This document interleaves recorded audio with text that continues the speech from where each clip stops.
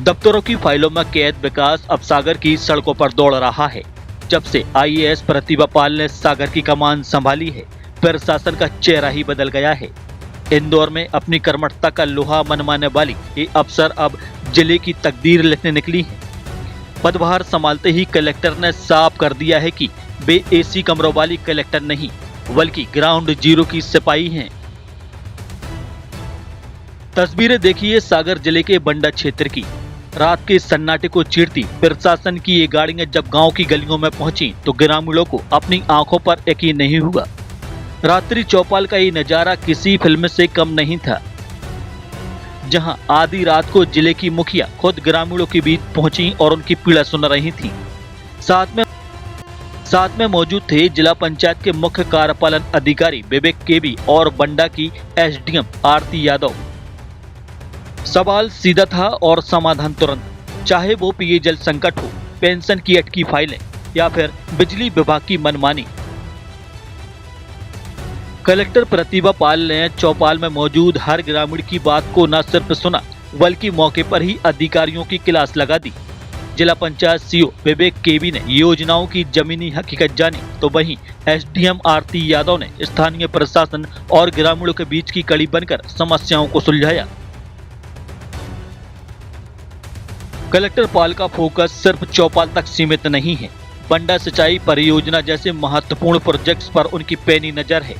विस्थापन हो या मुआवजा, कलेक्टर का एक ही मंत्र है, काम में पारदर्शिता और जनता को न्याय। लापरवाही की कोई गुंजाइश नहीं, क्योंकि जो अफसर रात के 12 बजे गांव की चौपाल पर बैठ सकता है, वो किसी भी वक्त सरकारी दफ्तरों का ताला भी खुलवा सकता है। सागर अब बदल रहा है। प्रतिभा पाल के नेतृत्व में प्रशासन अब जनता के द्वार पर खड़ा है। बंडा की इस रात्रि चौपाल ने ये साबित कर दिया है कि जब मुखिया खुद मैदान में हो तो पूरा तंत्र अपने आप एक्टिव हो जाता है। ये तो बस शुरुआत है, क्योंकि सागर में पाल का एक्शन अभी जारी है। वो इसलिए बनाए गए हैं कि जब हमारे बच्चे 12वीं पास कर लिए तो फिर आगे पढ़ने के लिए भेजते समय माता पिता ये सोचते हैं कि ये कहाँ रहेंगे, क्या खाएंगे, कैसे जाएंगे, इनको कैसे अकेले भेज दें। तो इसी के लिए जो छात्रावास बनाए गए हैं, उनमें अगर आपके गांव से 1-2 बच्चे गए हैं तो गांव के बाकी लोगों को भी प्रयास करना चाहिए कि बच्चों को, बच्चियों को छात्रावास में पढ़ने के लिए भेजें। तो पढ़ाई पे अगर हम लोगों ने ध्यान दे दिया, उनकी हेल्थ पे ध्यान दे दिया, अपनी काम काज पे ध्यान दे दिया, तो यही 2 चीजें हैं जो अगर हम सभी लोग सही दिशा में करने लग गए तो समस्याओं के समाधान अपने होते जाते हैं और परिवार जिस दिशा में आगे बढ़ना चाहिए उस दिशा में बढ़ता है।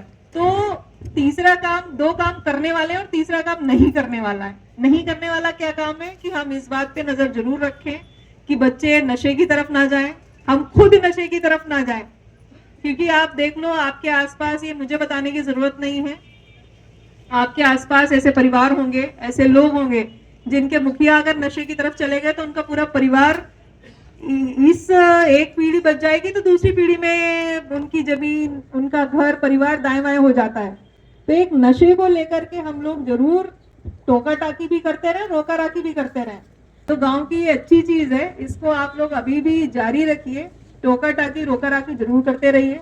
बच्चे किसी गलत काम की तरफ ना जाएं, उनको सही और गलत का भेद जरूर समझाएं। जो बड़े लोग हैं, सयाने लोग हैं, जो समझा सकते हैं, जिनकी बात लोग मानते हैं, जिन्होंने ये सब चीजें समझी हैं।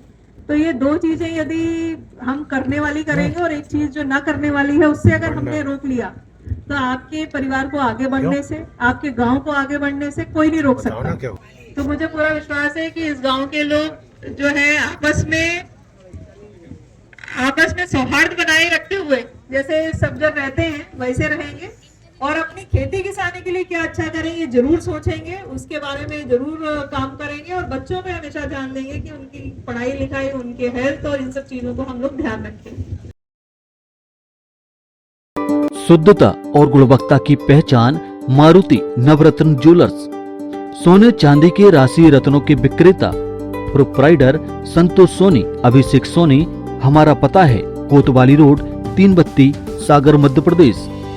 संपर्क करें 9826459730 और 9826275535।